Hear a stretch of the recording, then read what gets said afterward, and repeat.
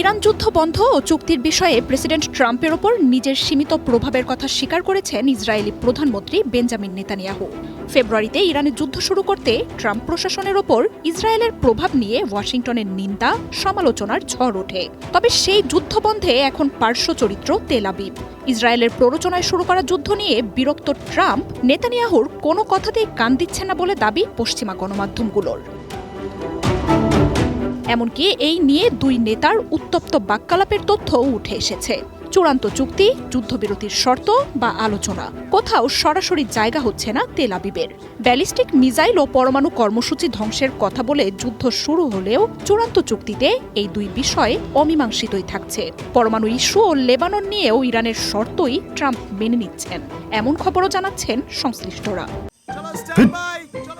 লাইফে কোনো কিছুর গ্যারান্টি নাই, তাই ইন্স্যুরেন্স করুন সিটি ব্যাংকে, কারণ ইন্স্যুরেন্স করলে সিটিতে সুরক্ষা পাবেন নিশ্চিন্তে।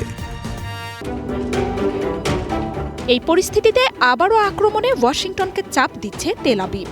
লেবানন সহ যে কোনো হুমকির বিরুদ্ধে সব ফ্রন্টে নিজেদের আক্রমণের পথও খোলা রাখতে চাইছেন নেতানিয়াহু। তবে এসব বিষয়ে ট্রাম্পকে প্রভাবিত করতে পারছেন না ইসরায়েলি প্রধানমন্ত্রী। ঘনিষ্ঠদের বরাত দিয়ে রয়টার্স জানিয়েছে, সম্ভাব্য সমঝোতা স্মারক নিয়ে উদ্বেগ বাড়ছে নেতানিয়াহু। গত সপ্তাহে ট্রাম্পের সাথে অন্তত 3 বার ফোনালাপ করেছেন ইসরায়েলি প্রধানমন্ত্রী। এই সময়ের মধ্যে ইরানের জ্বালানি অবকাঠামোতে আবারও হামলার প্রস্তুতি সম্পন্ন করেছে তেল আবিব। এদিকে গত মঙ্গলবার রাতে ইসরায়েলি প্রধানমন্ত্রীর সাথে প্রথম দফায় আলাপের পর সাংবাদিকদের ট্রাম্প জানান, তিনি যা বলবেন তাই করবেন নেতানিয়াহু। ইরানের শক্তিশালী অবস্থান ও নেতানিয়াহুর এমন টালমাটাল অবস্থা এমন এক সময়ের সামনে এসেছে যখন নির্বাচনের দিকে যাচ্ছে ইসরায়েল।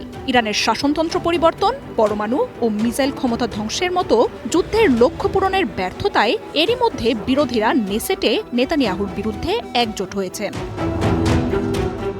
তেহরানের সাথে ওয়াশিংটনের সম্ভাব্য চুক্তিকে ইসরায়েলের জন্য দুঃস্বপ্ন বলে মন্তব্য করছেন ট্রাম্পের রিপাবলিকান দলের আইন প্রণেতারাই। সেনেটর লিন্ডসে গ্রাহাম বলছেন, ইরানের শর্ত মেনে নেয়ার এই সমঝোতা তেহরানের শাসনতন্ত্রকে অঞ্চলটিতে আরও আধিপত্যশীল করবে।